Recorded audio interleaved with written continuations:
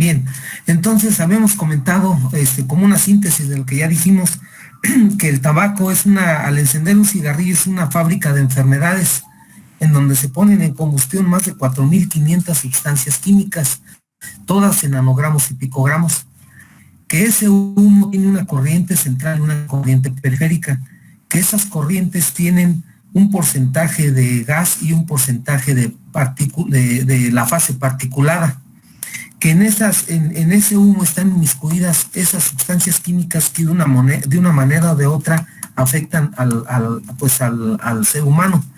Tres son las sustancias que están bien ya estudiadas, que causan problema en el ser humano por su contenido o por su concentración de las mismas.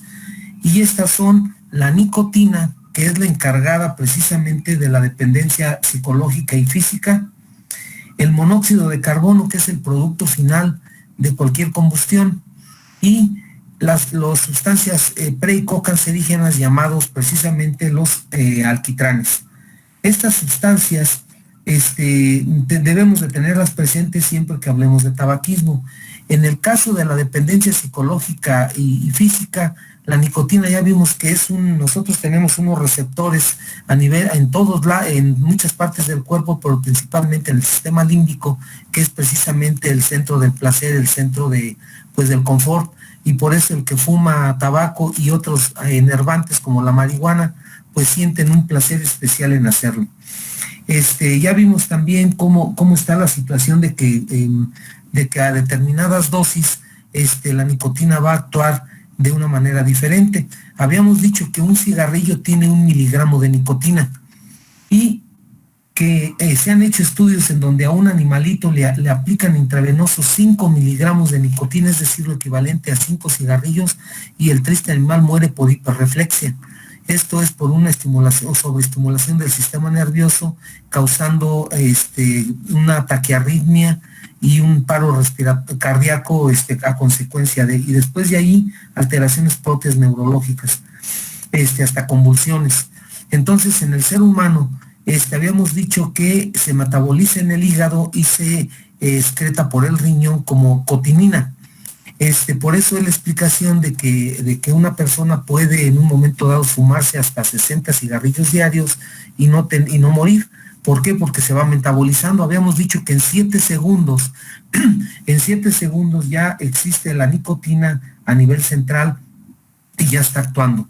Entonces, así también está su paso por el sistema sanguíneo, pues llega al hígado, se metaboliza y es excretado, como ya lo dijimos.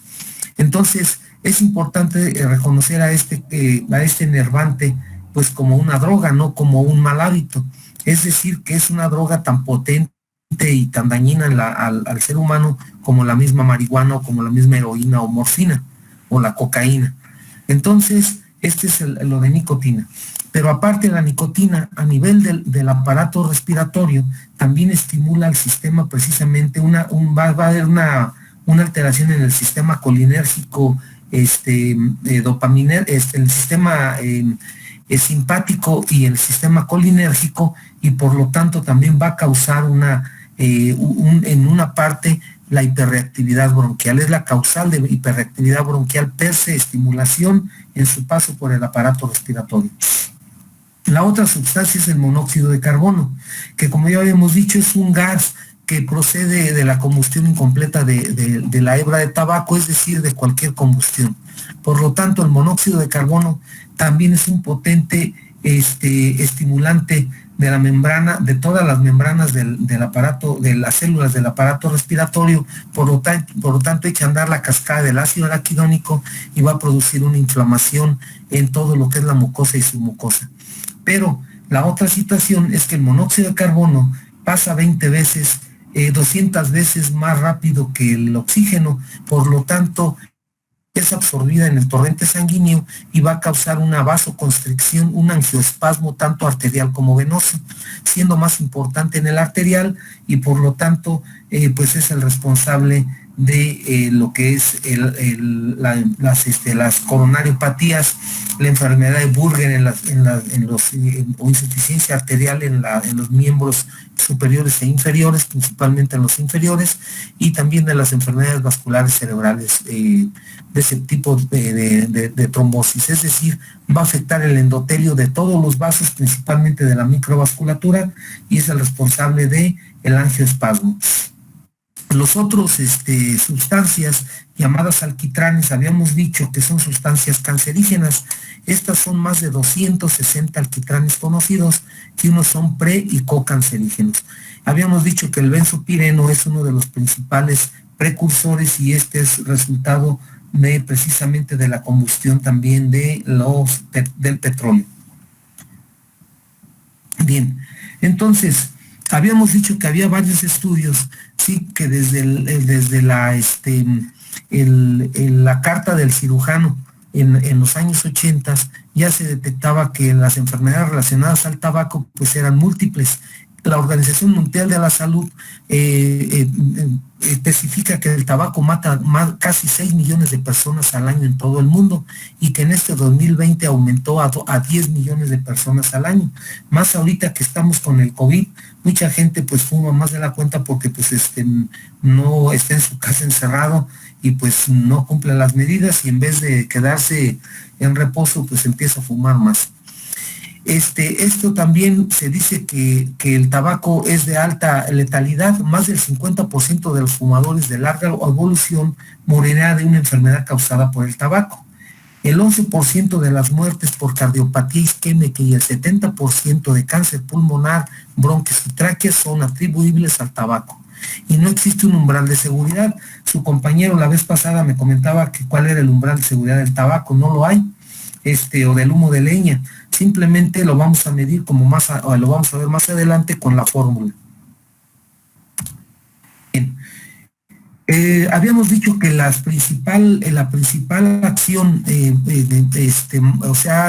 enfermedad del tabaco pues es precisamente en el aparato respiratorio, desde la nariz, la boca, los labios hasta el alvéolo. Hay una formación de radicales libres simplemente por el tipo de ácidos que tiene el humo del tabaco, más sustancias irritantes, y esto va a traer trastornos fisiopatológicos como es alteraciones de la función mucociliar, procesos inflamatorios e inmunológicos con destrucción de las proteínas del tejido conectivo causando enfisema. Es decir, que tanto la nicotina, el monóxido de carbono, algunos alquitranes y todos los radicales libres que existen en esas sustancias irritantes que tiene el tabaco va a ocasionar alteraciones de la membrana. Se pone en marcha el sistema de la cascada del ácido araquidónico, como lo vamos a ver más adelante, y otros sistemas inmunológicos proinflamatorios, y esto va a ocasionar bronquitis crónica en la vía aérea con hiperreactividad bronquial y enfisema pulmonar en los alvéolos. Va también a ocasionar un declive en la función pulmonar más acelerada. Habíamos dicho que normalmente el descenso del BF1 por año es de 25 a 30 mililitros y que las personas que fuman puede llegar hasta 150 mililitros al año. Es decir, el pulmón envejece funcionalmente más rápido que una persona que no fuma. Es decir, que después de los 45 años de edad, ya cuando la persona ha fumado, tiene un índice tabáquico arriba de 10 paquetes año y ya tiene 10 años fumando, cuando tenga 50 años va a tener prácticamente lo equivalente a una persona de 70 años de edad pulmonar, funcionalmente hablando. Al abandonar el hábito del tabaco, el vicio del tabaco, el ritmo anual de descenso de dicha función se iguala, es decir, igual que el que no fuma, después de 10 años. El cáncer pulmonar es importante también señalarlo, lo vamos a ver como tema y vamos a hacer mucho énfasis en ello. La EPOC aparece en un 15 o 20% de los fumadores, sobre todo los que tienen un índice tabáquico arriba de 20 paquetes año. Y los pacientes asmáticos tienen riesgo de mayores reagudizaciones, es decir, en un momento dado una obstrucción crónica irreversible de la vía aérea llamado ACOS, es decir, EPOC y asma. Antes le llamábamos bronquitis asmatiforme. Es como antes se le llamaba a esta parte de EPOC y asma. otras enfermedades que ocasiona el tabaco, es precisamente, como lo señalábamos, entre otras, por el monóxido de carbono y el mismo nicotina, ¿sí? Este estudio desde 1994 nos dice que va a ocasionar enfermedad vascular periférica, como es la enfermedad de Buerger, y la coronariopatía, como ahorita les comentaba. También puede ocasionar pues una aterosclerosis con hipertensión arterial sistémica y posteriormente insuficiencia cardíaca por cardiopatía dilatada. El otro es el problema de enfermedad vascular cerebral, que también es de consideración, como ya lo comentamos, como uno de los problemas que más ocasiona desde el punto de vista cardiovascular el fumar. Y ya dijimos que los dos protagonistas es la nicotina y el monóxido de carbono, que son arritmógenos, causan trombosis intravascular y aterosclerosis. Dijimos que estimulaba el endotelio vascular y entonces hay un aumento de la adhesividad y agregabilidad plaquetaria, incrementa el tromboxano y la trombina por esos mecanismos endoteliales, y hay mayor viscosidad de la sangre, es decir, hay hipercoagulabilidad, y por lo tanto, la teoría de Virchow dicen que cuando hay una alteración de daño endotelial, estasis sanguínea o hipercoagulabilidad, el riesgo de tromboembolia o de trombosis es alta. También va a haber macrocitosis, eritrocitosis y leucocitosis por la estimulación de estas dos sustancias químicas. Otros efectos de la nicotina y monóxido del monóxido de carbono es el aumento del fibrinógeno plasmático, cambios en el perfil de lípidos. Habíamos dicho que aumenta la aterogénesis, disminución del colesterol de alta densidad, hay peroxidación de lipoproteínas de baja densidad y un aumento en la relación colesterol total y colesterol de lipoproteínas de alta densidad. Es decir, hay una alteración en este tipo de alta y baja densidad, y por lo tanto aumenta la aterosclerosis, y hay un aumento de la agregación plaquetaria y una disfunción endotelial, como ya lo habíamos comentado. Las enfermedades neoplásicas, habíamos dicho que no nada más es a nivel de la vía respiratoria, también aumenta el cáncer en boca, en el labio, cáncer de laringe, cáncer de faringe, cáncer de esófago, de estómago, en el cáncer hepático, cáncer de páncreas, sea de riñón, de vejiga y de útero. Estos ya se han visto que precisamente los pre- y cocancerígenos de esos alquitranes se van por la vía sanguínea y van a ocasionar las mismas alteración pre- y cocancerígena en las células de estos órganos. Esto es importante considerarlo. Estas sustancias cancerígenas y cocancerígenas son principalmente los hidrocarburos aromáticos policíclicos poliinsaturados, las nitrosaminas, el formaldehído, acetildehído, el arsénico, los aditivos que se dan para aceleradores de crecimiento de la planta, o fungicidas, pesticidas, y los elementos radioactivos que también tienen que ver con este término de pesticidas, fungicidas. Habíamos dicho que el cáncer de pulmón, sí, es uno de los cánceres más frecuentes en el ser humano. En el hombre, después del de próstata, el de pulmón es más frecuente, y en la mujer, después del de cáncer cérvico-uterino y el de mama, el tercero en frecuencia es el cáncer de pulmón. ¿Y esto por qué? Es precisamente pues por el riesgo de tabaquismo activo y tabaquismo pasivo. Después vamos a hacer ya un énfasis bien claro cuando veamos tabaco, cáncer y tabaco, pero ahorita nada más vamos a decir que hay más de 260 alquitranes y 60 compuestos cancerígenos ya estudiados, que la participación del estrés oxidativo, tanto en la EPOC como el cáncer, es un factor predisponente importante. Y a exposición al humo de tabaco, el aumento de concentraciones plasmáticas de esta sustancia llamada malondialdehído, y la actividad del superóxido dismutasa, en los macrófagos de lavado bronquiolo alveolar, que se ha visto que está muy aumentada en los pacientes que fuman, son precisamente los participantes del exceso oxidativo y son los causantes de la inflamación crónica y de la degeneración de esa inflamación. Aquí nada más se lo señalo, los tipos de cáncer, que ya ustedes ya los vieron el año pasado en patología, que son precisamente los tumores de cáncer de células pequeñas y cáncer de células no pequeñas. Lo único que les voy a señalar es que el cáncer más frecuente es el adenocarcinoma, pero el cáncer más relacionado a tabaco es el de células pequeñas. Ese es el que más se relaciona directamente al de células pequeñas o microcítico directamente al tabaco. Los otros son más indirectamente. Aquí tienen precisamente los pre y cocancerígenos, que son agentes iniciadores como los hidrocarburos policíclicos, el benzopireno, los agentes promotores como los derivados del fenol, elementos radioactivos como polonio, carbono 14 y potasio 40, y otros contaminantes como son precisamente los metales pesados como arsénico y níquel, los MOX y los aditivos propios de aceleradores de crecimiento de la planta. Nada más para señalar que el cáncer de pulmones es el principal causa de muerte por tabaco. Los fumadores tienen 20 veces más riesgos de adquirirlo, ¿sí? Que el 87% de cáncer pulmonar son en varones y el 85% en mujeres prácticamente ya es bivalente.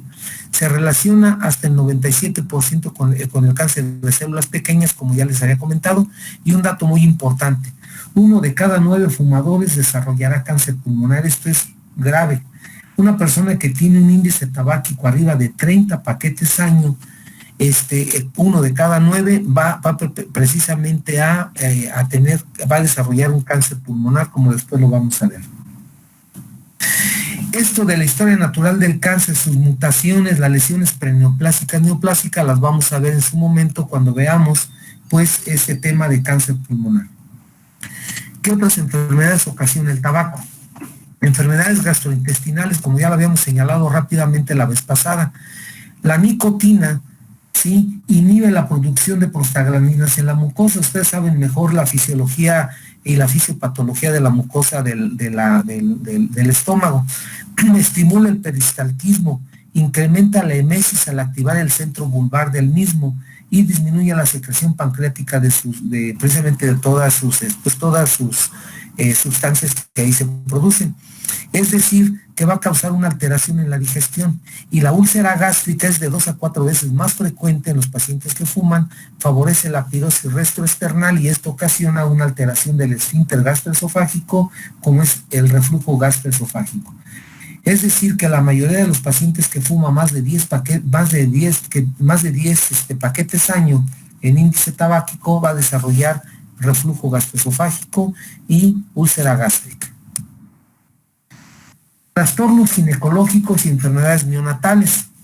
En la mujer fumadora, adelanto de la menopausia, aumento de los tumores de cervix, vulva y produce o aumenta la osteoporosis. En mujeres embarazadas, complicaciones durante el embarazo, se le considera un embarazo de alto riesgo.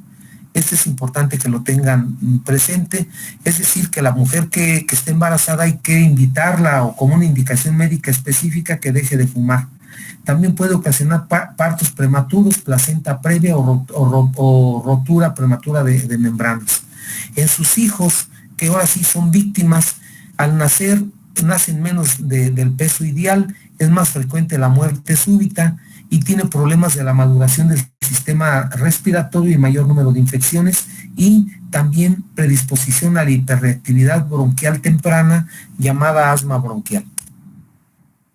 En la belleza, habíamos dicho que la temperatura que alcanza el tabaco en el cono incandescente es entre 400 y 800 grados centígrados. Entonces, cuando la mujer se pone el cigarro en la boca, prácticamente le deshidrata lo que es la frente, la cara y los labios también los deshidrata. Es decir, que la pura temperatura nada más de mantener el tabaco en la cara y en los dedos les va a producir una hiperkeratosis y por lo tanto va a tener pues el pie cocodrilo en sus dedos, y la arruga prematura en las mujeres jóvenes de pues nada más por el puro deshidratación que ocasiona la alta temperatura. Lo mismo sucede también en el ojo. El fumar causa una alteración en el ojo, principalmente en degeneración a nivel del humor vítreo, pero también una conjuntivitis tabáquica. Son pacientes, mujeres que siempre, o hombres que siempre están con problemas de conjuntivitis, ojos rojos, etcétera. Esto es ahí. En la boca se alcanzan temperaturas hasta de 70 grados centígrados, y la misma nicotina va a ocasionar manchada de dientes, caries prematuras, caída de piezas dentarias prematuramente, la halitosis tabáquica, que es halitosis tabáquica que dicen que huele a caño, ¿sí? Y pues también las alteraciones en el paladar, ¿sí? Y también en el olfato indirectamente en la nariz, porque hay gente que regresa el humo por la nariz en un número importante de casos, y por lo tanto también hay alteraciones de la lengua. Es una estomatitis, una laringitis tabáquica, todos los que fuman van a estar disfónicos, ¿sí? Y pues esto es parte de la alteración de la belleza y pues de sus funciones principales. Aquí entonces es una maqueta donde nos muestra que prácticamente todos los órganos se van a ver dañados de una manera o de otra por el tabaco, como ya lo señalamos en las fotos anteriores. El tabaquismo pasivo, nada más unas palabras. ¿A quién se le considera tabaquismo pasivo, como le llaman humo secundario del tabaco? El humo secundario del tabaco es aquella persona que no fuma directamente, pero que tiene precisamente enfrente a una persona que está fumando activamente. La corriente periférica, dijimos que tiene una corriente central y una periférica. La corriente periférica tiene también sustancias volátiles, es decir, la fase particulada y la fase gaseosa, y esta es la que absorbe más el tabaquismo pasivo. En índice tabáquico se dice que una persona que tiene tabaquismo pasivo se le debe de considerar la mitad de la posibilidad de daño. Más adelante lo vamos a ver y vamos a hacer énfasis ahora que ya nos regresemos a EPOC. Entonces vemos que las mismas enfermedades que ocasionan el tabaquismo activo también van a estar en el tabaquismo pasivo. Exactamente son las mismas, lo único que es a mitad de consecuencia. La otra situación, que el humo de secundario del tabaco o tabaquismo pasivo se le considera una víctima a la persona que lo está inhalando, porque una víctima como que prácticamente es obligada de una manera o de otra en el trabajo, etcétera, pues a tener ese contacto con el tabaco indirectamente. Por lo tanto, en resumen, aumenta el riesgo de enfermedad cardiovascular de 20 a 50%, ¿sí? Y un 35% de eventos coronarios agudos. Es decir, que la fase gaseosa con monóxido de carbono es la que más hay en la corriente periférica, y por lo tanto el mayor daño, aparte de POC y demás, es el daño cardiovascular. Ese es un estudio muy serio que se hizo, y pues que es la mayor consecuencia del tabaquismo pasivo.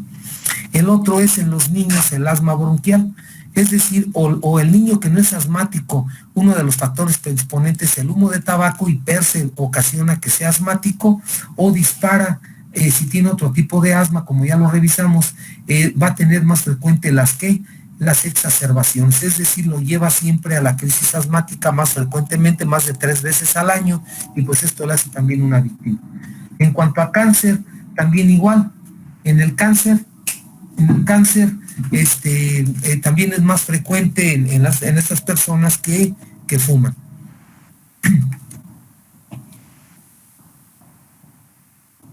Muy bien. El diagnóstico de tabaquismo. El diagnóstico de tabaquismo es fundamental establecerlo correctamente para seleccionar la estrategia terapéutica más adecuada y programar un buen seguimiento. ¿A dónde quiero llegar?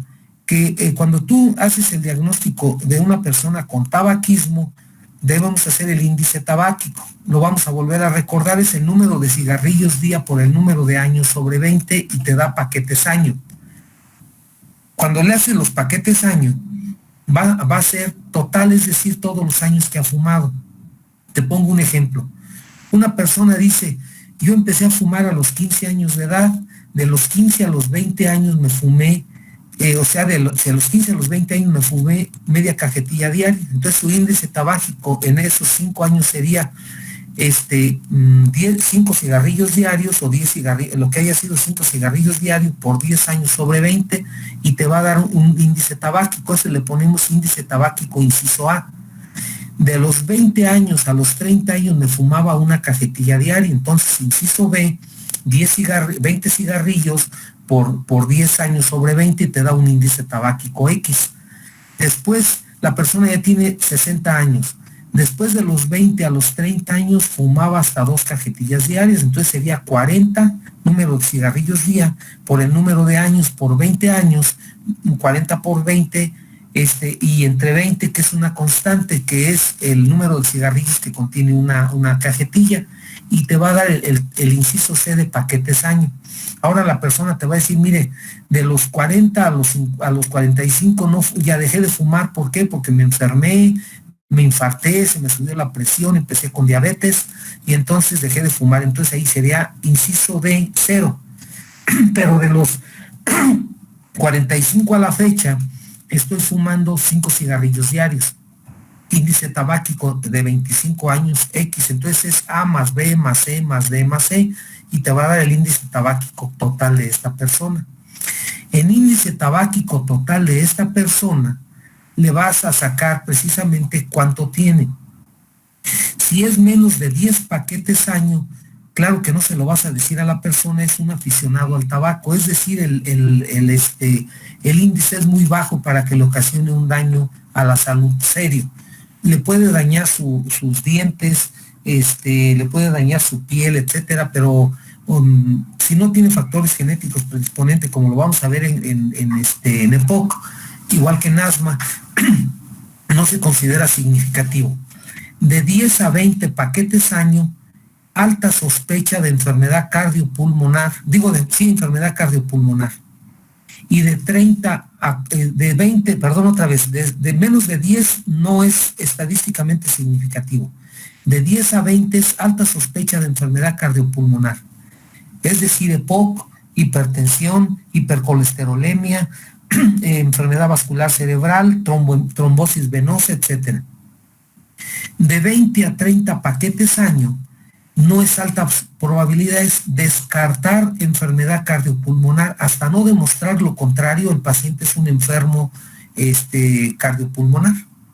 Y más de 30 paquetes año acumulativo es lo anterior más cáncer. Acuérdate que 1 de cada 9 va a desarrollar cáncer.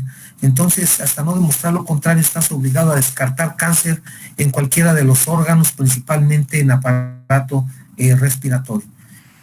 Ese es en cuanto a índice tabáquico. Cuando tú dices tiene más de 10 paquetes años, se vuelve un enfermo tabáquico, un enfermo de tabaquismo. Y de ahí le hace su índice. Bien, este diagnóstico, para poder dar el manejo, va a ser multidisciplinario, es decir, se necesita un psicólogo, psiquiatra, se necesita una trabajadora social, claro que el médico, y los estudios de laboratorio y gabinete pertinentes para poder llegar a un diagnóstico, establecer un diagnóstico específico y ver hasta dónde está su daño y qué es lo que vas a hacer con este paciente. Se ha consensuado la necesidad de recoger un conjunto mínimo básico de datos.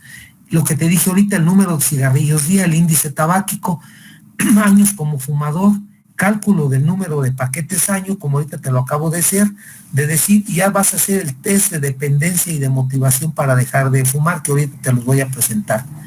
Es decir, que cuando tú dices que esta persona es como diagnóstico tabaquismo, ¿cuánto le adeuda a su salud este paciente? Es decir, qué tanto daño respiratorio tiene o cardiopulmonar o a su salud en otros órganos por el fumar. Más adelante vamos a retomar otra vez el índice tabáquico. Bien, entonces aquí es donde estamos comentando. Diagnóstico de tabaquismo. debe de, entonces de empezar en la historia clínica, lo primero es el índice tabáquico, ¿verdad? Valoración de la disposición de dejar de fumar y la valoración de motivación para dejar de fumar. Ahorita los vamos a ver estos dos, que es el de Richmond y el otro que ahorita vamos a ver, el Ferguson. Aquí tienes otra vez el índice tabáquico. Lo voy a volver a repetir para que les quede, pero bien claro. La fórmula es una ecuación, número de cigarrillos día por el número de años sobre 20 y el resultado le vamos a llamar paquetes año. Número de cigarrillos día que fuma una persona por el número de años sobre 20. 20 es una constante que es el número de cigarrillos que una persona que contiene una cajetilla y este es paquetes año. Ya dijimos que para que sea estadísticamente significativo se necesita más de 10 paquetes año. Te ponía un ejemplo, te voy a poner un ejemplo más fácil y háganlo todos, por favor, en una libreta. Mire, doctor, yo tengo 70 años de edad. Yo empecé a fumar a los 10 años de edad, muy chamaco. De los 10 a los 30 años de edad me fumaba media cajetilla diaria, es decir, 10 cigarrillos diarios. Por lo tanto, de los 10 a los 30 años serían 20 años de fumador, serían 20 cigarrillos diarios por 20 años sobre 20, o sea, 20 sobre 20 por 20, 400. Entre 20, sí, serían 20 paquetes año. Entonces aquí le vas a poner 20 paquetes año de este paciente. Pero si el paciente tiene 70 años, los 20 paquetes año serían nada más en los primeros, de los primeros 20 años. Pero acuérdate que tiene 70, entonces de los 30 a los 40 horas se fuma media cajetilla diaria, entonces serían 10 cigarrillos por 40 años sobre 20 y te va a dar paquetes año. Entonces sería inciso A, 20 paquetes años más los que ahorita adquiriste de esta otra inciso B, y entonces el paciente le vas a poner que tiene 10, 15, 20, 30 paquetes año, 32, 45, etcétera. ¿Por qué se llaman paquetes año? Porque es lo que una persona se fumaría de los paquetes estos de cigarrillos que tienen 20 cajetillas cada una. O sea, pues es un chorro de tabaco. Aparte del gasto económico, es el gasto a la salud de lo que se fumó. Y otra vez lo repito, menos de 20 años, 20 paquetes año acumulativo no es estadísticamente significativo. De 10 a 20 paquetes año es alta sospecha de enfermedad cardiopulmonar. De 20 a 30 paquetes año es no alta sospecha, es descartar enfermedad cardiopulmonar. Y más de 30 paquetes año es enfermedad anterior, todo lo anterior cardiopulmonar, más descartar cáncer pulmonar. Esto es bien importante tenerlo presente. Para cambiar ¿cómo se llama? De la otra ahorita, en un momento dado, vamos a hacer una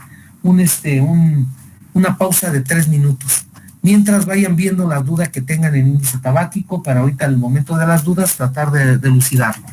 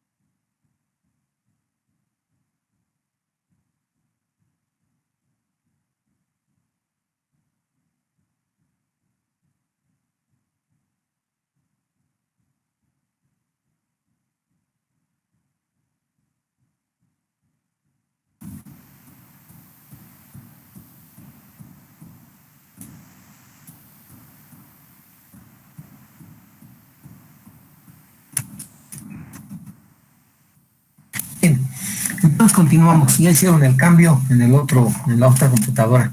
Bueno, miren, entonces este índice tabáquico lo debes de traer en tu memoria porque siempre que hagas historias clínicas debes de hacer el índice tabáquico en antecedentes personales patológicos o en antecedentes personales no patológicos. En cualquiera de los dos lados se puede aplicar y es válido. Entonces tú debes de aplicarle ahí, no decir, un paciente fumó 10 años una cajetilla, después media solo, tú vas a hacer el índice y vas a decir paciente con índice tabáquico de tanto. Y en impresión diagnóstica ponerle tabaquismo como uno de los diagnósticos a considerar. Acuérdate nada más de esta cifra, índice mayor de 10 paquetes año ya es un enfermo de tabaco, menos de 10 paquetes año es un aficionado. Claro que a tu paciente no se lo digas, porque es estimularlo a que fume más. Lo que debes de hacer es que un paciente que tiene menos de índice de 10, es más fácil que lo convenzas de que deje de fumar y no entre en las estadísticas de los pacientes con cáncer o con EPOC. Esa sería la realidad de las cosas. Entonces siempre hay que considerar esta fórmula en tu historia clínica. Entonces, como ahorita yo te comentaba, ¿cómo se llama? Debes de considerar esta peste gris como un problema de salud. Y para esto, cuando tú necesitas que alguien te apoye para que deje de fumar, existen las clínicas de tabaquismo. Las clínicas de tabaquismo las tiene tanto el Seguro Social como el IMSS, como el ISSSTE, como la Secretaría de Salud, o nosotros en la facultad tenemos nuestra clínica de tabaquismo. Esta clínica tiene como función primordial precisamente las campañas de prevención, ya que precisamente se ha visto que si tú convences a los niños o los desalientas a que empiecen a fumar, pues de más grandes no van a empezar a fumar ya. Por eso dice que la prevención es la primera participación de la clínica de tabaquismo. El 90% de las personas que fuman un cigarrillo antes de los 18 años, ¿sí? Excepcionalmente que se comiencen mayores de 18 años, van a ser fumadores después. Con un cigarrillo ya que se hayan probado, ya tienen esa sensación de placer en su cerebro. Si queremos que los adultos no fumen, debemos prevenir que lo hagan los adolescentes, con esto que dice aquí, que muchos antes de 18 años ya habían 90% ya habían probado su primer cigarrillo y excepcionalmente mayor de 25. Nosotros la media aquí en el estado es de 17 años, pero a nivel nacional y mundial es entre los 11 y los 12 años de edad. La prevención en adolescentes es fundamental y debe tener como objetivo reducir que los jóvenes y los niños se inicien y retrasar al máximo la edad de comienzo, que es lo que estamos haciendo en la campaña antitabáquica que tenemos en la facultad de una manera permanente.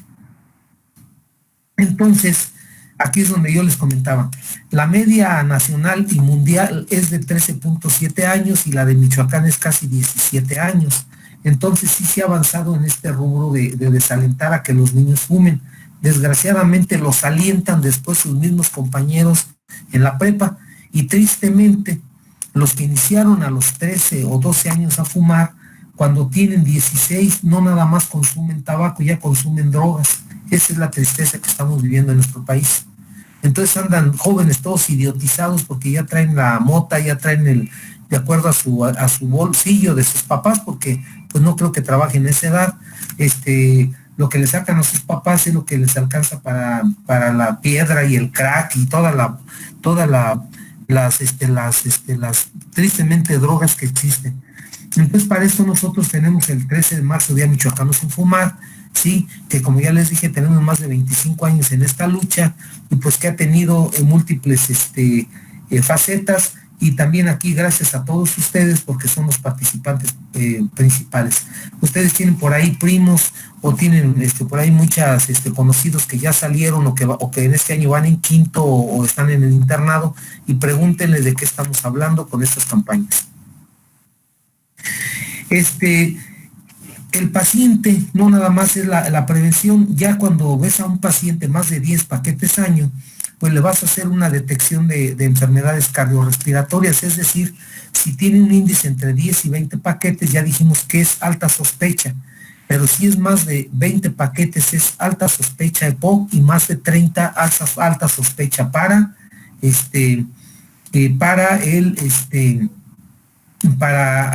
cáncer. Entonces hacemos un protocolo de estudio en estos pacientes que lo primero que vamos a hacer, como ya comentamos, es su índice tabáquico, su historia clínica. Y de aquí vamos a hacer un diagnóstico precoz y un tratamiento oportuno. Previo a ello, tenemos que hacerle mínimo la historia clínica, un carbowax en expectoración, una radiografía de tórax, un electrocardiograma, una espirometría, mínimo cada 6 meses. Como ustedes ven, la radiografía es para detectar precozmente un cáncer o ver si no tiene datos de enfisema o bronquitis crónica. La espirometría, tú no puedes hablar de POC o de asma, como ya lo habíamos dicho, si no tenemos una espirometría con aplicación de broncodilatador.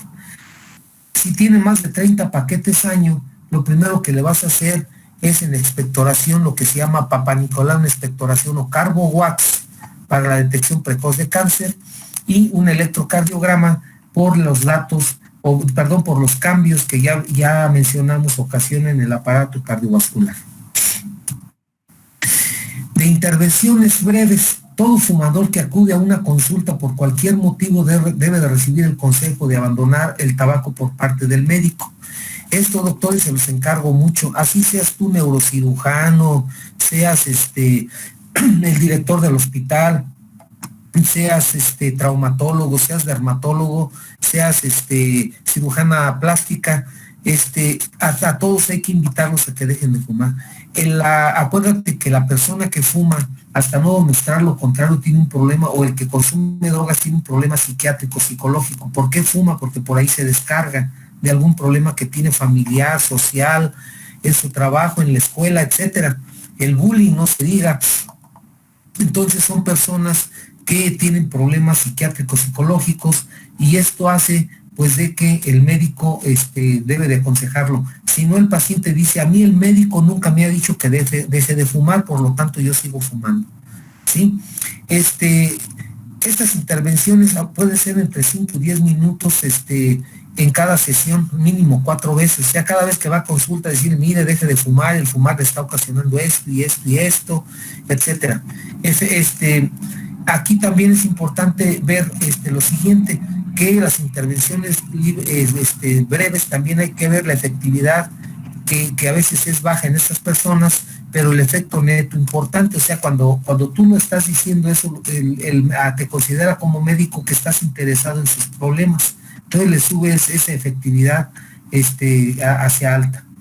Este consejo sí, sencillo, instrucciones verbales con el mensaje, valoración del grado de motivación, ofertar tratamientos, invitarlo a las clínicas de tabaquismo, que es gratuita, que esto es importante, material de autoayuda y o derivados de grupos de ayuda para programas de apoyo.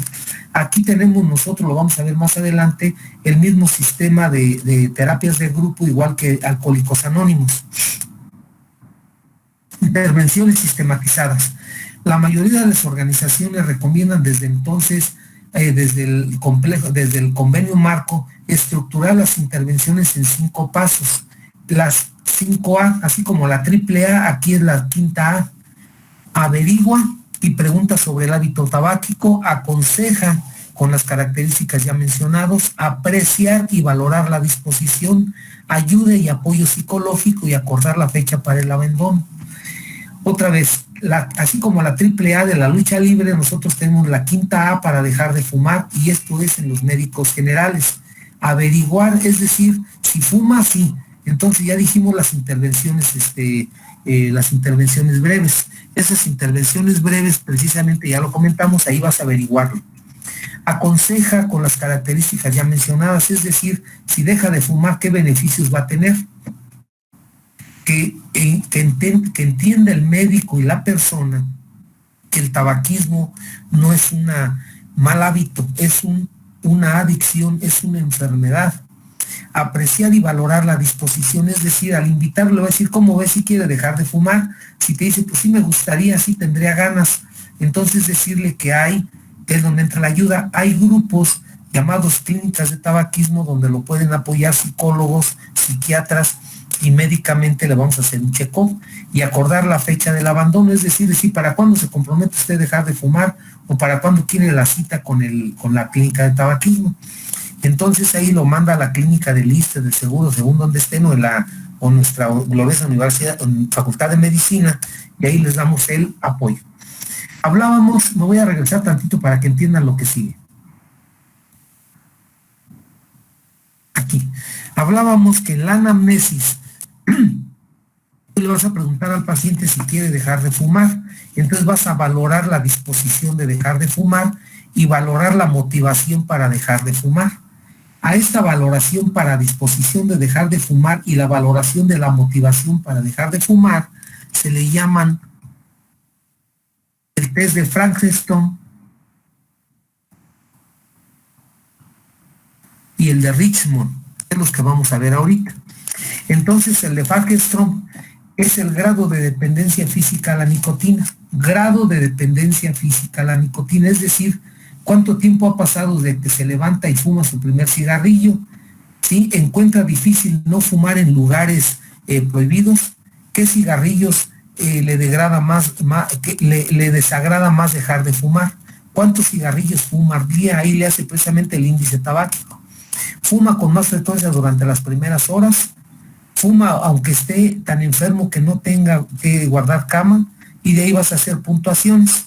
Menor o igual a 3 puntos, es leve la dependencia, es decir, es un aficionado nada más, pero de 4 a 6 puntos con este test de Frankenstein, inmediatamente implica una dependencia moderada. Si tiene más de 6 puntos, a la doctora Andrade, que ella fuma, ¿verdad? A lo mejor, si tiene más de 6 puntos, pues quiere decir entonces que esta persona, pues es prácticamente, hasta no demostrar lo contrario, va a tener un daño en su salud y se considera una persona con tabaquismo, es decir, el diagnóstico de tabaquismo. El de Richmond, el grado de motivación, o sea, cómo está la persona para dejar de fumar. ¿Le gustaría dejar de fumar? ¿Cuánto interés tiene usted en dejarlo? ¿Intentará usted dejar de fumar en las próximas semanas? ¿Cuál es la posibilidad de que dentro de los próximos 6 meses usted deje de fumar? Y entonces haces una valoración igual. Tiene baja motivación, menos de 3 puntos, de 4 a 5, dudosa motivación, o 6 a 7 puntos, moderada o moderado o alto nivel de motivación.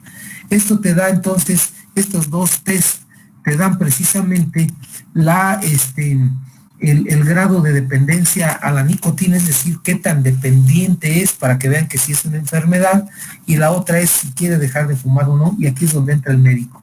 Entonces, doctores, estas dos deben de conocerlas, a veces si quieren las pueden aplicar, pero ya nosotros nos conformamos con que tú en cada consulta, si el paciente fuma, ¿sí? Pues se entretengan, como dice aquí, se entretengan en esas intervenciones breves, que cada vez que acuda a consulta un paciente, pues lo invites, lo aconsejes a que deje de fumar y que le aclares que el fumar no es un mal hábito, es un vicio, que el mal que le hace a sus seres queridos en el fumar con el tabaquismo pasivo, y que puede ver unas enfermedades a nivel pulmonar que no se detectan, porque acuérdense que el pulmón no duele. Entonces ya cuando se detecta un problema grave, ya la enfermedad ha avanzado bastante. Entonces estos son los dos test que tenemos. Las etapas motivacionales.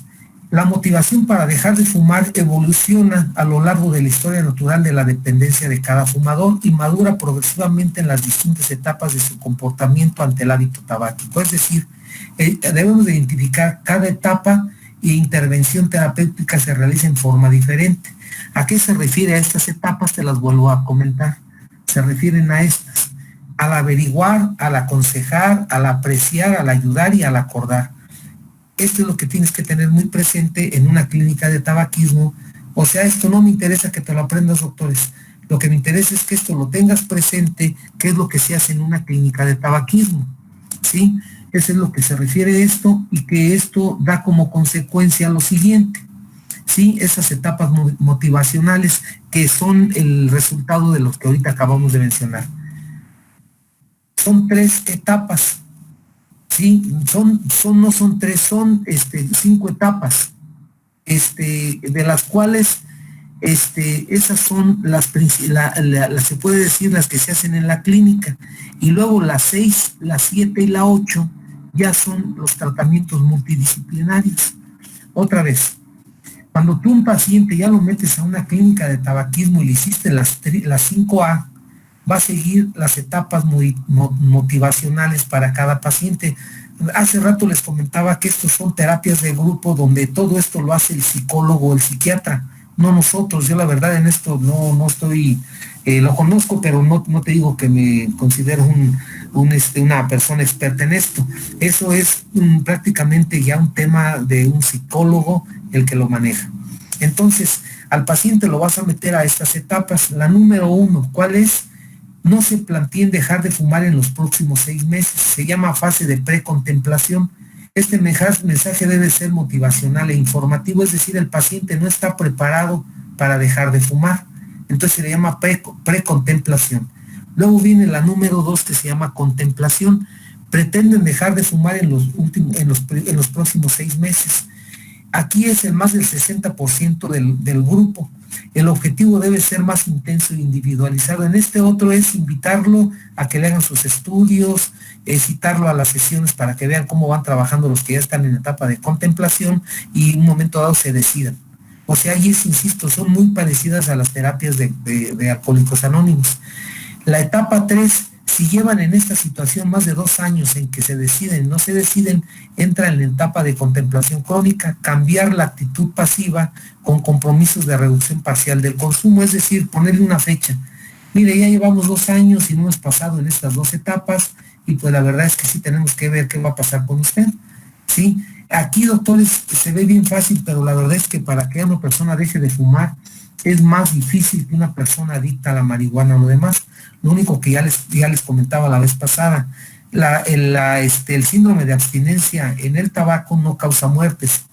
El síndrome de abstinencia en el alcohólico y en el drogadicto sí puede ocasionar automutilaciones o sea, suicidios o otro tipo de proceso, de problemas psicológicos, psiquiátricos, que sí los puede perjudicar de una manera muy importante. Si quieren dejar de fumar en el próximo mes, están en la etapa de preparación, es decir, hicieron un buen trabajo, tanto los psicólogos médicos como los pacientes, también bien entusiasmados. Pactar la fecha en que el paciente va a concretar la suspensión total, programar estrategias previas al día elegido, cambiar las conductas asociadas al consumo y aconsejar una modificación del estilo general de vida y plantear los tratamientos farmacológicos, lo que me preguntaba su compañero la vez pasada. Luego viene la etapa de los exfumadores. Cuando una persona deja de fumar más de 6 meses ya se le considera un exfumador. Y esta fase de acción con un elevado riesgo de recaída, se dice que hasta el 70% en 6 meses vuelven a fumar las personas. Entonces tenemos que tener un programa de seguimiento, así como los Alcohólicos Anónimos, les digo, reforzar el apoyo y la motivación con deportes. Ahí mismo entra una trabajadora social, los mete a un club de deporte, los mete a grupos de diferentes situaciones, de acuerdo a lo que les guste, y precisamente la idea es que no fumen o no tomen. Proporcionar autoconfianza, aquí es donde entra la motivación psiquiátrica, psicológica, y se supera este periodo más de 6 meses, entra la fase de mantenimiento. En esta fase de mantenimiento, junto con las 7, las dos van de la mano, prácticamente es un triunfo en este paciente. O sea que el 7 sería ver las recaídas y por qué ha recaído. Y el 8 es el tratamiento multidisciplinar y completo para aumentar la eficiencia. Herramientas farmacológicas, pero también intervenciones psicológicas y conductuales adecuadas. O sea, no es aventarle y decirle, tráguese este medicamento para dejar de fumar, solo tiene que ser psicológicamente bien estudiado y bien dirigido. 60% de los fumadores quieren dejar de fumar y ha realizado algún intento de abandono en el último año. Cuando un fumador realiza un serio intento de abandono de tabaco, sus posibilidades de éxito no suelen superar al 5%. Yo les decía, en el 80 al 95% vuelven a fumar en los siguientes 6 meses después del abandono. ¿Qué tratamientos farmacológicos tenemos? Debe ser ofertado a todo paciente fumador que quiera hacer un intento serio por abandonar este problema, excepto cuando en los casos que existen contraindicaciones, porque es hipertenso, porque es psiquiátrico el paciente, en poblaciones específicas para los cuales no hay datos de eficiencia suficiente, es decir, o no tiene para comprarlo, o está en un rancho y no puede venir cuando se le acaba el medicamento farmacológico. Del 15 al 30% permanecerán abstinentes al cabo de un año, triplicando las posibilidades de éxito frente al abandono espontáneo. Aquí, doctores, es muy importante que ustedes como médicos generales no crean que el tratamiento farmacológico es la panacea. Yo les puedo decir que si a un paciente lo convences y le dices de los riesgos a su salud y los riesgos a sus seres queridos, si haces un buen trabajo, es un reto, doctores, para el médico general, no para el médico especialista.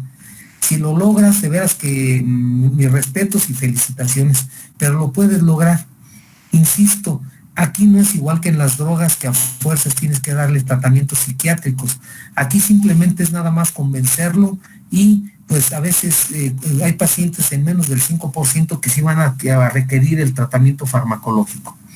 Aquí están todas las sustancias que existen, tanto en tiempo como en evolución de los mismos.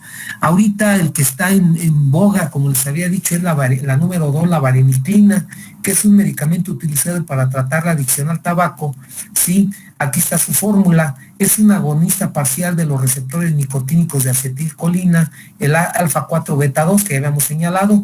Este medicamento es un ansiolítico y se da 1 miligramo o 2 miligramos por día. Es un tratamiento, doctores, a 1 a 2 meses, así como si fueran las cápsulas que se utilizan para control de la natalidad, o sea, como anticonceptivo. Así iguales, le vas a dar primero 2 miligramos diario, luego le vas a dar 1 miligramo diario y luego 1 miligramo cada tercer día hasta quitárselo. O sea, son ya tratamientos bien específicos. No voy a entrar en detalle porque no es el momento.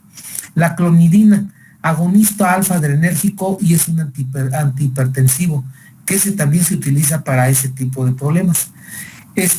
Aquí un comentario: el tratamiento farmacológico es tanto para el tabaco olear como también para los vapeadores y para el tabaquismo normal. El tabaco olear son todos los light, es decir, todos los patitos que hay en el mercado, ese es el tabaquismo olear. Y los vapeadores, pues es los que el doctor me preguntaba la vez pasada. La nortriptilina. La nortriptilina, ustedes cuando vean psiquiatría los van a ver, es un antidepresivo tricíclico que bloquea la recaptura de noradrenalina y serotonina, mejorando así los síntomas de privación y síntomas depresivos post-sensación. O sea, es un antidepresivo. El clorhidrato de bupropión, el Wellbutrin 150, es bueno, pero el único pero que tiene es que es caro y no lo tiene el sector salud. Entonces los inhibidores de recaptación de dopamina y noradrenalina son una clase de fármacos antidepresivos utilizados en el tratamiento de la depresión y en otros trastornos del sistema anímico. Es una clase de fármacos que son a la vez inhibidores de recaptación de dopamina e inhibidores de la recaptación de noradrenalina, que también hay las especificaciones de miligramos y demás. Después ahorita no es el momento de verlo. También tenemos a la nicotina per se. Haz de cuenta que le quitas los 4.599 sustancias, solamente dejas la nicotina, que es la causante de la adicción. Como ya habíamos dicho que un cigarrillo tiene 1 miligramo de nicotina, si el paciente se fumaba 2 cajetillas diarias, pues le vas a dar 40 miligramos de nicotina diarias, ¿sí? Repartidas ya sea en parche, en chicles, en spray, o en nitroparche, pues con los parches o en chicles, y esto se los vas a dar en el transcurso del día, ¿sí? El estudio GSK 59, etcétera, bloquea un tipo específico de receptores de la dopamina en zonas claves del cerebro relacionadas a la adicción. Es decir, la nicotina va y hace su acción en los receptores alfa 4 beta 2 y se lo vas a ir quitando paulatinamente. Es decir, una semana o 15 días le vas a dar 40 miligramos, las siguientes 2 semanas le vas a dar 20 miligramos, luego le vas a sacar a 5 miligramos de nicotina. O sea, hay parches de 20, de 10, de 5, etcétera. O también los parches o los chicles, ¿sí? Aquí en México es más frecuente los parches o los chicles. En Estados Unidos, otros países, el spray es por la nariz. Le dan un puff y ya tiene X número de miligramos de nicotina. Es importante tenerlo esto. Por ahí, para los que ya vieron el tema, hay una vacuna antitabáquica que no es nueva Induce la producción de anticuerpos ante moléculas de nicotina, evitando el cruce de esta por la barrera hematoencefálica y disminuyendo la tasa de metabolismo. En realidad en México no utilizamos este tipo de vacuna porque aparte de que no está en existencia o económicamente no es viable, no tenemos nosotros mucha relación con ella en el sentido de su eficacia. El rimonobant, un antiagonista de receptores CB1, reduce la autoadministración de nicotina y aumenta las concentraciones de serotonina, dopamina y noradrenalina a nivel cortical y en el núcleo accumbens. Entonces, es otra sustancia que también se está utilizando, estos antagonistas de receptores CB1, y también ha dado buenos resultados. Yo lo que les puedo decir que en México la que más utilizamos es la vareniclina, por el precio que es más económica y que no tiene tanto problema para conseguirse, es la que tienen casi todas las clínicas de tabaquismo. Las otras, doctores, yo creo que cuál es la mejor, cuál es la peor. Yo lo que te puedo decir, médico general, es que la que debes de utilizar es las parches o chicles de nicotina o la vareniclina, pero yo les sugiero que mejor los manden a sus pacientes a la clínica, porque ya como vieron, no es darle como un antibiótico, le vas a dar el antibiótico y ya con eso ya va a dejar de fumar, ¿no? Se necesita el apoyo psiquiátrico, psicológico, eso es bien importante señalarlo. Aquí tiene lo de sustitutos de nicotina. Primer enfoque del tratamiento, administración de nicotina pura por una vía a una velocidad de absorción menos a la vía inhalada. Los dispositivos, parches, chicles, caramelos, tabletas sublinguales aumentan la posibilidad de éxito en 1.5 a 2 veces. O sea que sí son buenos pues la nicotina sintética, pero hay que darla pues como debe de hacerse. El bupropión, la primera sustancia no nicotínica comercializada para el tratamiento del tabaquismo a largo plazo fue este antidepresivo llamado bupropión. Ahí está el nombre comercial. Es un antidepresivo de segunda generación que duplica las probabilidades de éxito. El modo de acción es independiente a su efecto antidepresivo, o sea, no lo das como antidepresivo, solo que le mejora su estado anímico y lo puede sacar de esa depresión o de esa ansiedad. Puede usarse en fumadores con baja o moderada o alta dependencia sin ajustar dosis. La vareniclina. La vareniclina, agonista parcial de los receptores de nicotina, sintetizado a partir de citicina, actúa en los receptores nicotínicos alfa-4 beta-2, estimula parcialmente el receptor que libera dopamina, bloquea la unión de la nicotina al receptor, es un efecto antagonista, por lo tanto disminuye la satisfacción, con lo que se neutraliza el efecto de recompensa. Aquí tenemos la combinación de fármacos. En ocasiones, sí puedes, en un momento dado, aplicar varios de ellos, la nicotina con otros, altos niveles de síntomas de abstinencia intensos, es decir, nicotina con bupropión, etcétera. Es decir, un paciente que tiene mucha depresión o mucha ansiedad, aparte de la nicotina, tienes que ayudarle a su problema psiquiátrico que tiene. Aquí tiene el tabaco liar que yo les decía. Existen en el mercado, según una estadística, en el mercado mexicano más de 2.500 marcas de tabaco, fíjate lo que digo, más de 2.500, y entonces ese tabaco liar es porque no sabes lo que te estás fumando. Es como lo que llaman esto, ahora que está de boga y en moda, la cerveza artesanal, también sería liar, sería un tabaco artesanal, pero pues nosotros no sabes aquí si lleva resina, si lleva viruta, vete a saber lo que lleve ahí. Importante incremento en su consumo a nivel mundial, fíjate los millones de kilos que se consumen al año. ¿Por qué? Pues porque es más económico y menor precio fiscal, o sea, uno de esos lo consigues en 5 pesos, en lo que una cajetilla la consigues en 80 pesos. Y por las creencias populares erróneas, menor dañino a la salud o consumo diario es menor, es decir, hacen ritos sobre ello, pero dijiste seguir fumando, o por economía, o por lo que dice aquí, que creen que es menos dañino que los de calidad. En cigarrillos electrónicos, lo que el doctor me preguntaba, ¿sí? El cigarrillo electrónico tiene tiene la batería interna de litio, que es el que hace el cono incandescente, y tiene un cartucho que tiene líquido que contiene formaldehídos, acetildehídos y acroleínas, propilglicol, glicerina, y otras sustancias como metales pesados y otras sustancias como colorantes, aceites, ¿cómo se llama? Aromatizantes, etcétera, que son dañinos para la salud. El SERAP dice que se necesita de muchos estudios clínicos más para ver la eficiencia, seguridad y adecuada regulación. La situación de los cigarrillos electrónicos, doctores, el objetivo era aplicar pura nicotina y las 4.599 sustancias químicas que producen daño, lo que son los alquitranes, quitarlos de aquí. Pero tenemos otras sustancias que también son pre y co-cancerígenas, como las que están viendo aquí. Entonces, sin tanto rollo, la conclusión es que es tan dañino el tabaco lial o el tabaco que ustedes conocen, o el puro, etcétera, como el cigarrillo electrónico. Entonces, así en términos generales, es que el cigarrillo electrónico es tan malo o tan perjudicial a la salud como el tabaquismo por tabaco per se. En conclusión, incluso en las comunidades con mayor disponibilidad de tratamiento farmacológico, más del 80% de las cesaciones se producen entre personas que no han tenido soporte profesional ni acceso. Es decir, que el que quiere dejar de fumar, deja de fumar con o sin médico, pero si el médico general lo invita, gracias a él va a dejar de fumar sin necesidad de parches o la clínica de tabaquismo.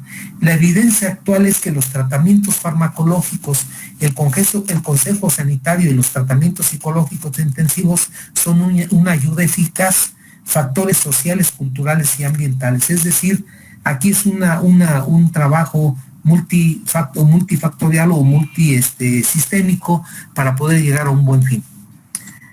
Los abstinentes a los 12 meses es bajo, es decir, nuevos tratamientos e identificar estrategias de cesación óptima. Habíamos dicho que cuando un paciente deja de fumar 6 meses se le considera ya un paciente que dejó de fumar, o sea, ya es un ex tabáquico. Nosotros en la Facultad de Medicina tenemos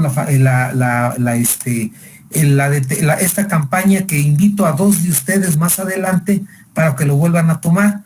Queremos hacer una campaña de Papa Nicolau en expectoración por Carbowax, ahora que pase la contingencia.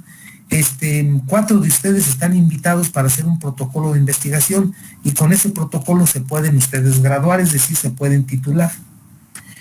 ¿Qué hacemos con el tabaquismo pasivo? Pues igual, doctores, preguntar sobre exposición ambiental en el domicilio, coche, ambiente de ocio, informar de riesgos y recomendar locales libres de humo.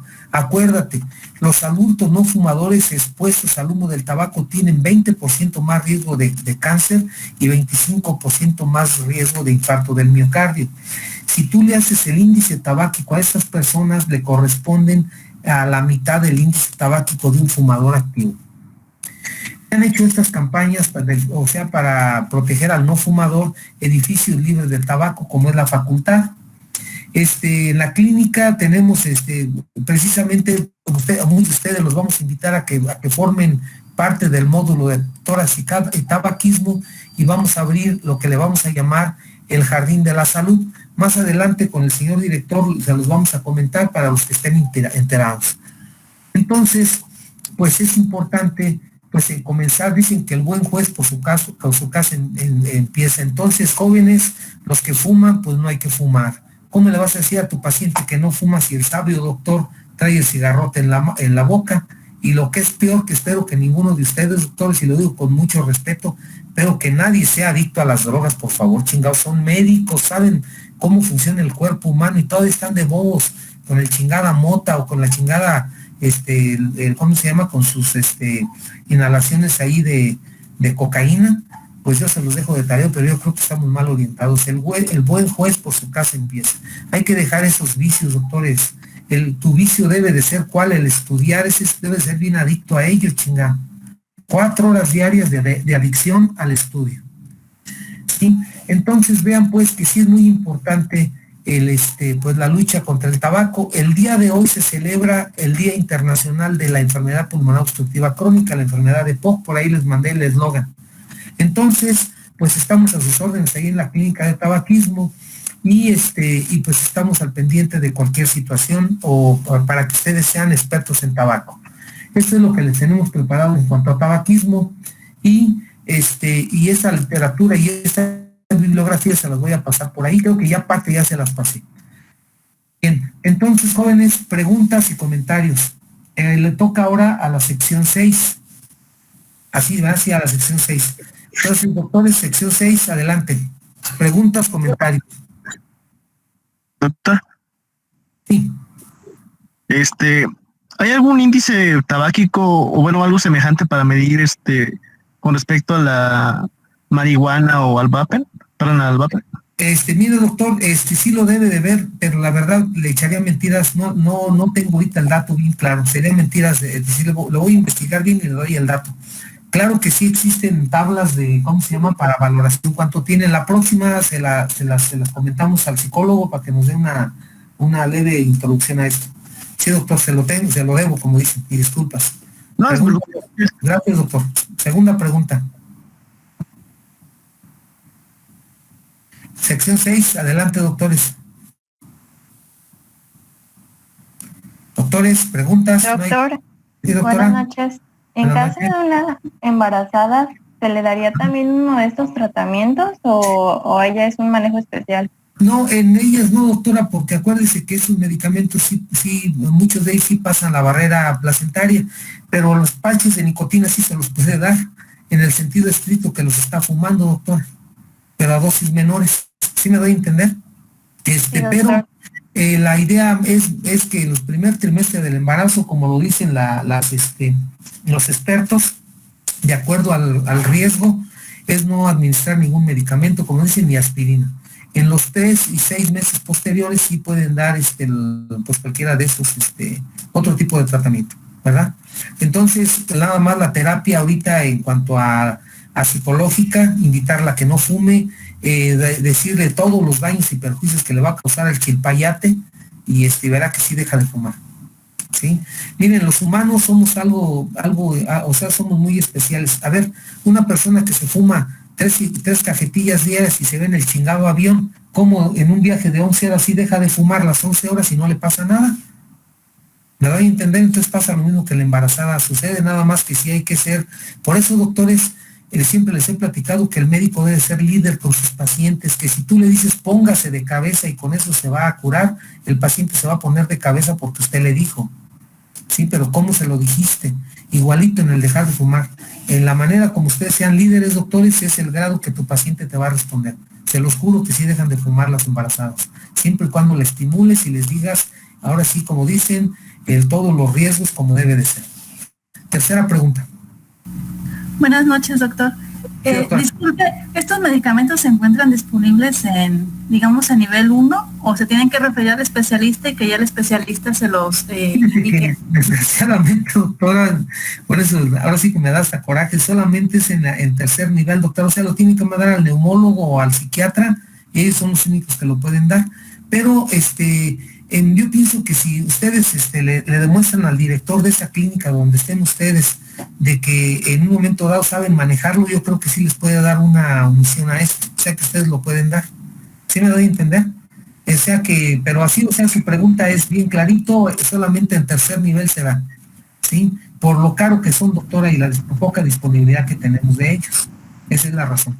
Ajá. Gracias, doctor. Gracias, doctora. Entonces sí las debe de conocer. Yo les sugiero que sin tanto rollo, nada más con la variniclina y los parches de nicotina, los chicles, que son los que tenemos, son los que deben de tener presentes. ¿Sí? Los demás, insisto, no quiere decir que no sean buenos o etcétera, pero son manejados más por el psiquiatra, ya, doctora, por todos los efectos secundarios que tiene. Le dan nortriptilina a un paciente de más y lo va a tener todo bobo, todo dormido. Entonces sí es un poquito difícil pues el control de ellos, ¿no? Cuando uno no tiene mucha experiencia. Entonces yo les sugiero que no se metan en broncas cuando no conocemos bien esto, ¿verdad? Quinta pregunta. Doctor, ahora que se legalizó la marihuana, ¿cree que se debería seguir un mismo método de prevención que igual que el tabaco? Mire, doctor, desde el ¿cómo se llama? Convenio Marco en el 86 ya todo esto está legislado, doctor, pero como dicen muchos, las normas y la ley se hicieron para violarlas, entonces no se cumple, doctor, y el primer lugar donde no se cumple son nosotros los del equipo de salud. Ve a un hospital y ve a quién está fumando, la enfermera, el médico, el camillero, etcétera. Entonces, doctor, ¿con qué cara le va a decir al paciente que no fume a su familiar que se salga a fumar allá afuera? Pues si ustedes están fumando adentro. Vean a la facultad ahora que esté abierta. La otra vez con uno de sus profesores nos fuimos en la madrugada hace 2 años así un día a ver todas las colillas, todas las bachichas que había en el ¿cómo se llama? Llenamos una cubeta, doctores, en la Facultad de Medicina. Entonces, esto, doctor, está legislado, pero no se cumple. Eso es bien importante. 2, lo de la marihuana es otro tema que también les digo, me gustaría junto con preguntarle al psicólogo que nos diga esto, qué piensa él, también con los índices, como decía, del grado de adicción a ellas. Lo que le puedo decir, doctor, es que los que hemos tenido la oportunidad de conocer otros países, como es Holanda, en donde está legislado el tabaco, yo lo que le puedo decir de experiencia médica, doctor, es que donde tuvimos el congreso, en la mera esquina estaba ¿cómo se llama? Un coffee shop, y eran las 6:30 de la mañana, doctor, y entraban los jovencitos mayores de 18 años, duraban media hora adentro y salían todos apendejados. Eso es lo que va a pasar en México, chingado. ¿Sí? Si así yo no sé, doctores, por eso digo que ojalá ustedes ninguno, con todo respeto lo digo, nadie sea drogadicto, porque si chingado, yo lo digo por mí mismo, haciendo todo apendejados, no traigo nada adentro. Imagina si ahorita me metiera una de esas sustancias, pues yo creo que me moría, chingado. Entonces, doctor, yo creo que en México, no, mi punto de vista muy personal, no estamos todavía en una etapa muy, ¿cómo le comento? Pues ahora sí, vamos a llamarlo así, no tenemos la capacidad como sociedad de poder hacer que la marihuana la tengan ya, otras drogas las tengamos ya legalizadas. Va a ver que al rato va a haber los famosos coffee shop y va a ver que va a ser un desmadre. Eso va a ser lo que vamos a parar, doctor. Pero en fin, así son nuestras autoridades. Yo lo que le puedo decir que el tabaco ya existe legislación, pero no la cumplimos, doctor. 6ª pregunta. Gracias, doctor. Gracias, doctor. Adelante, 6ª pregunta.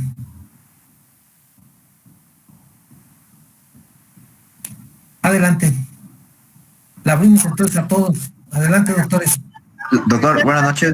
Sí, buenas adelante. noches. Adelante, Brenda. Gracias. ¿Qué medicamento mencionó que era también antihipertensivo?